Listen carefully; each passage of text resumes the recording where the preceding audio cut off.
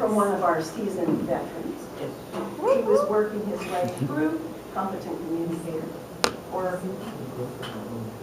at least the second time, maybe third or so, somewhere down the line. Is the second overall for the entire time you've been in? Who knows? Again, we'll say. Technology is advancing at warp speed. Our heads are spinning and we have little control. Our everyday world is also rapidly changing. But here we can affect the result if we think and then act. Today, Jack will reflect on the changing nature of Santa Claus. He's doing Project 2, Organize Your Speech, from the Competent Communicator Manual. Please help me welcome Jack Libby.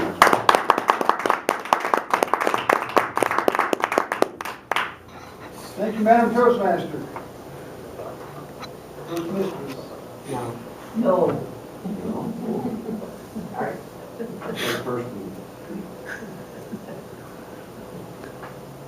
Toastmaster. Thank you. Yay.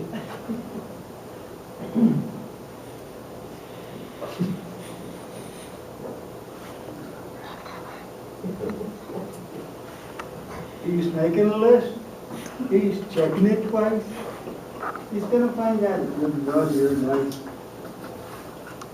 Santa Claus is coming to town.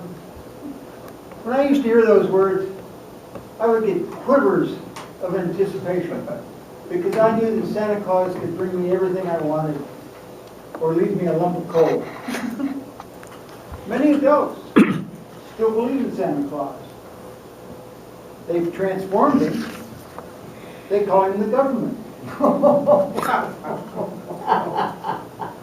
This makes a certain amount of sense. Because after all, among other things, they bring them food, shelter, and medical care. They don't have to be naughty or nice, and their only obligation is to write Santa Claus every 4 years at election time.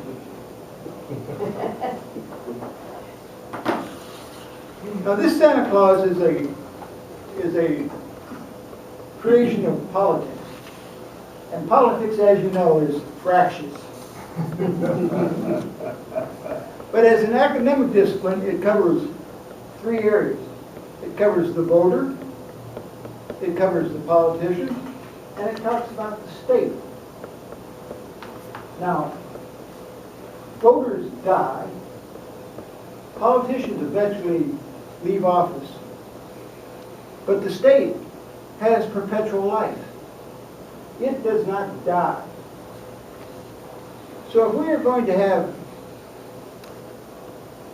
constructive, productive political discussions and make prudent political decisions, we have to understand the nature of the state. We need to know what, when, where, and why. What is the state? The canonical definition is given by Max Weber, who says that a state is that human community which has the exclusive monopoly of violence within a given area. That is, they're the only ones who can execute people or break down your door in the middle of the night. But when did this thing, the state, start? Mankar Olson says that it started when the settled agriculturists, several centuries ago, began to produce a surplus. Roving bandits began to show up on an annual basis just after the harvest. They would rob, steal, and burn everything that they didn't take. Eventually, one of these leaders realized that he could take control of a certain area and have a monopoly on the crime within that area if he could keep off the other bandits. But you see, the state has been a predatory institution since its inception. But yet, even this was an improvement to the situation, because even though you're being plundered by stationary bandits, they're doing it on a kind of regular basis throughout the year, and they're not burning, and they're not killing, and they're keeping off other bandits, which is a plus. Well, our next question would be where do existing states get their wealth? Franz Oppenheimer explains it this way. He says there's two ways to create wealth: the economic way or the political way, work or robbery. He says the state relies on robbery. Well, why is this important to us? It's important to us because the state is permanent. The state has the DNA of a bandit. They rob and loot at every opportunity. And they can be transformed accidentally or intentionally.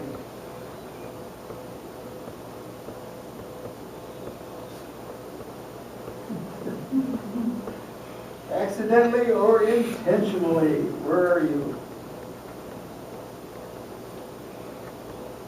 Our Constitution was an attempt to transform government. It was an attempt to put the arbitrary rule of bandits under the rule of law.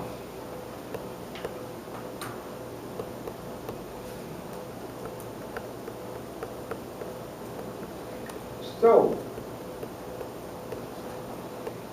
you better watch out. You better not shout. You better not pout. Santa Claus is coming to town. Now, when I used to hear those words, I anticipated, I trembled, quivered in anticipation.